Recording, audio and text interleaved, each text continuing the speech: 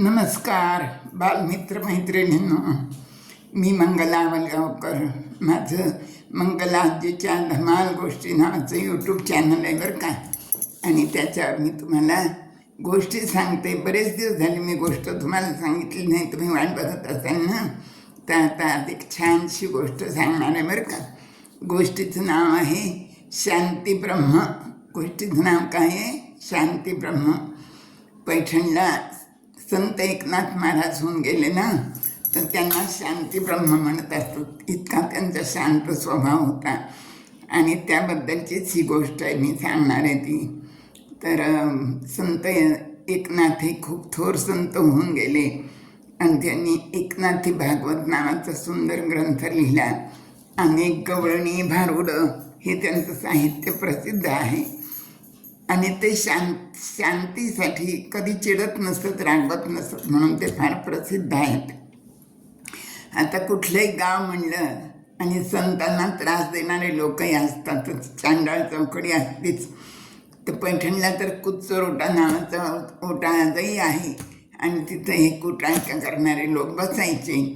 तर एक गोष्ट तर फार पूर्वीपासून सगळ्यांनाच माहिती आहे की नाथ स्नान करून येत होते गोदावरीचं, गंगेचं, आणि मंदिरात चालले होते. तर एक यवन तो त्यांच्या अंगावर चूळ भरतो. नाथ त्याला रागवत नाहीत, काही नाहीत. पुन्हा दुसऱ्यांदा जातात, पुन्हा तसंच होतं. असं जवळजवळ 108 वेळेला घडतं.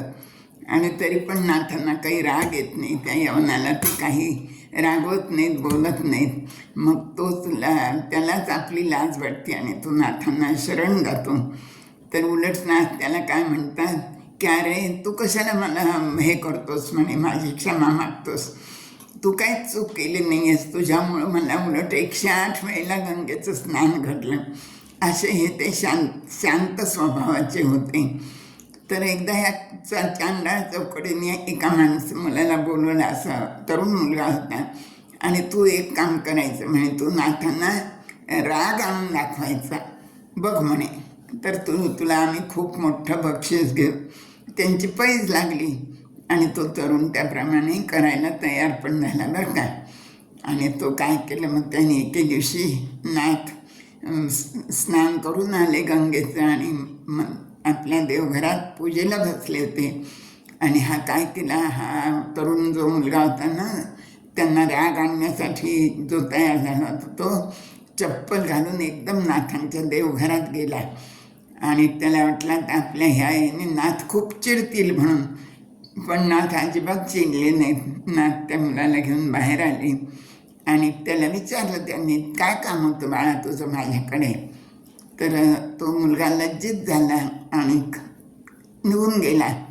आता त्याला कळलं की नाथ काही एवढ्या तेवढ्यानी चिडत नाहीत, आणखीन मोठं काहीतरी करावं लागणार आहे. तर त्याच्या लक्षात आलं. मग त्याने काय केलं, एके दिवशी नाथांकडं सारखेच जेवणारे असायचे. जेवायला ब्राह्मण लोक आलेले असायचे, इतरही लोक असायचे आणि चालूच असायच्या पंक्ती. नाथांच्या पत्नी गिरिजाबाई छान स्वयंपाक करून सगळ्यांना, त्यावेळेला काही डायनिंग टेबल वगैरे नव्हते, पाठ मांडायचे, मांडी घालून पाठावर बसायचं आणि बायकांनी वाकून वाढायचं आणि जेवायचं, अशी पद्धत होती त्यावेळेला. तर नाथांच्या पत्नी गिरिजाबाई पंक्तीमध्ये वाढत होत्या, जेवणं चाललेली होती आणि नाथ स्वतः पंक्तीत फिरून सगळ्यांना सावकाश होऊ द्या, आणखीन आग्रह करून जीव करत होते. इतक्यात हा जो तरुण होता ना, हा काय केला, यांनी गंमतच केली अरे मुलांना. हा काय केला, हा पटकन जाऊन गिरिजाबाईंच्या पाठीवर उडी मारली आणि बसला पाठीवर जाऊन. गिरिजाबाई वाकून वाढत होत्या. नाथांचं लक्षच होतं ना. पण गिरिजाबाई पण खूपच हुशार होत्या आणि नाथांसारख्याच त्यांच्या सहवासात राहून त्या पण शांती त्यांनी पण शांत स्वभावाच्या होत्या. ते नाथांनी त्यांच्याकडं पाहिलं आणि गिरिजाबाई हसून त्यांना म्हणाल्या, हो मला तुम्ही काही काळजी करू नका, मला सवय आहे म्हणे हरिपंडितला पाठीवर घेऊन वाढायची, त्यामुळं तुम्ही अजिबात काळजी करू नका, असं म्हणून गिरिजाबाईंचं वाढणं चालूच झालं. हे पाहिल्यानंतर मात्र तो तरुण मुलगा लाजला बरं का, आणि मग तो पाठीवरून उतरला आणि नाथान आणि गिरिजाबाईंना त्यांनी नमस्कार केला आणि तो त्यांना शरण गेला आणि आपली चूक त्यांनी कबूल केली आणि नंतर तो त्यांची क्षमा मागून गेला.